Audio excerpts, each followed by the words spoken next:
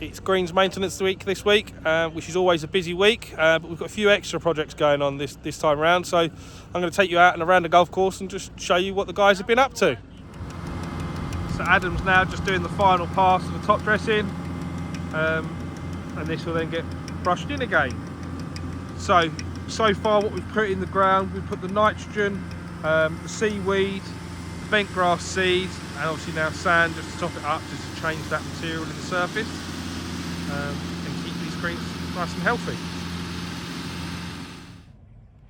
So this is out on the 4th green, and Adam's already done the first pass of top dressing, and Ryan has brushed it in for us, and Adam will be back shortly to do the second pass of top dressing.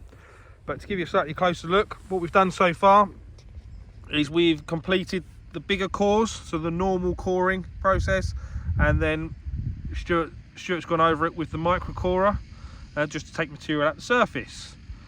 So again, this is just kind of changing over the surface, removing any excess material. We want that darker bent grass to come into the surface, which creates that smoother playing surface. We have tried this year to be not as invasive as possible, to try and improve recovery, while still doing the work that we need to do, because obviously we're keen to get these playing surface back to as good as they usually are, as quick as possible. So Ryan is following Adam around with the drag mat. So the idea of the drag mat is just make sure that it brushes all of the sand into the holes. Obviously Stuart's punched holes in the greens, and then we need to fill them with sand to change the surface material over and make sure there's plenty of sand in the surface. So again, this drag mat just brushes all the sand into the holes, and obviously there's seed, fertiliser in there as well. So at the same time as greens maintenance going on, we've taken the opportunity with less traffic on the golf course to do some path repairs. So this is the 4th.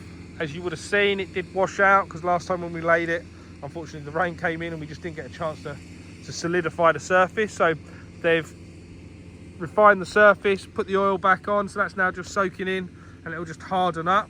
And John and his team are currently working on all the paths across the entire golf course.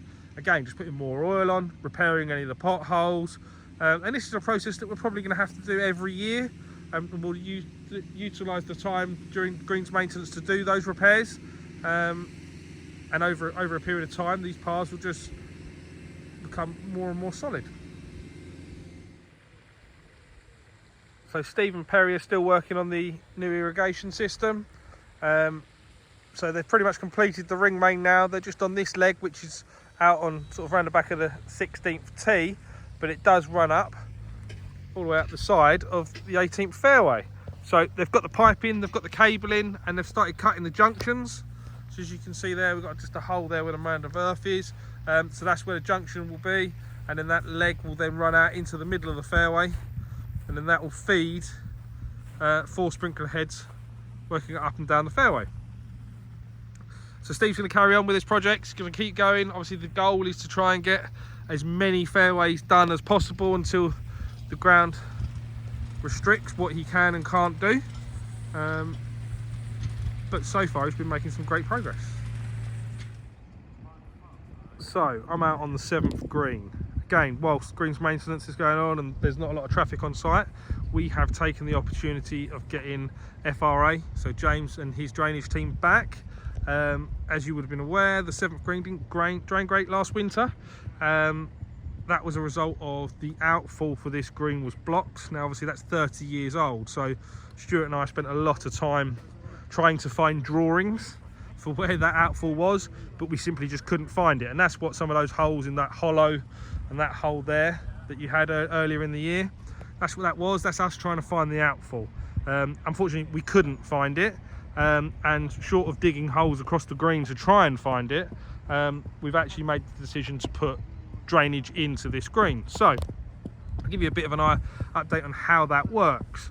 So that blue pipe that's just over there, just sticking out the ground, we're putting over 18 runs of that pipe into this green at metre centres. So they're just over 400 mil deep, so below the root zone. I think they're over halfway so far. So this is what the end product is. If I go a little bit closer, this run has already been completed. So that gives you a good idea of what will be finished. So this will be ironed, and then we're going to try and microcore it over in the next week, just to kind of keep the green health up, especially of the surface. So the way that it works is this trench has just been turf stripped. So the guys at the top, you've got Jensen and Harry at the top who are just pulling the turfs off, which is what that is being laid there. That's been turf stripped. Then they trench, which is like this run up here. So this run has just been trenched, and you've got the blue pipe in there. Unfortunately, because we don't exactly know where all the drains go, they did go through one of the irrigation pipes, which wasn't expecting to be there. So Stuart and Lewis are just repairing that. So they'll be back and running, and then that will be backfilled with stone and root zone, which then gets you to where Lee is over here. So Lee's now just backfilling that, and they're compressing it back down. And that gives you an idea. So this is where we are. We're going to obviously put more root zone in that, and it will leave it slightly proud because it will settle very, very slightly. But obviously you can see these turfs that are stripped are incredibly thick. So it's very different to the drain lines that we've done on the fairways. They won't drop at all, really. And by the time we core, spike and iron, it will bring it back to level. So we've got Jensen up there just tidying it up very slightly, and we've got Lee here just making it nice and smooth. And then that strip of turf going all the way up that left hand side of the green there will then be replaced into this trench.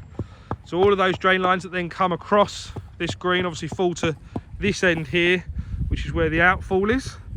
So it starts from the top, runs down this way and out to the end. So these guys will be, like I say, it'll be, I think it's over 18 runs. We've got Adam Cullen here from FRA. Obviously GPS, they're all GPS plotted.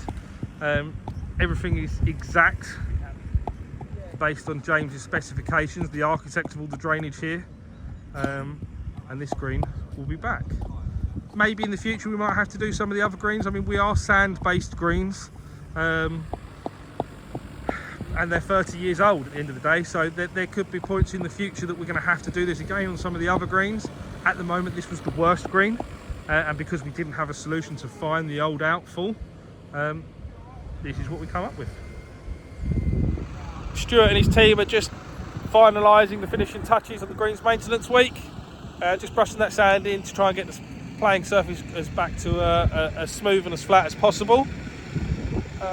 It's been a busy week, guys. There's lots going on. I'm sure those that are playing at the weekends will see the differences. But have a good weekend of golf. Enjoy.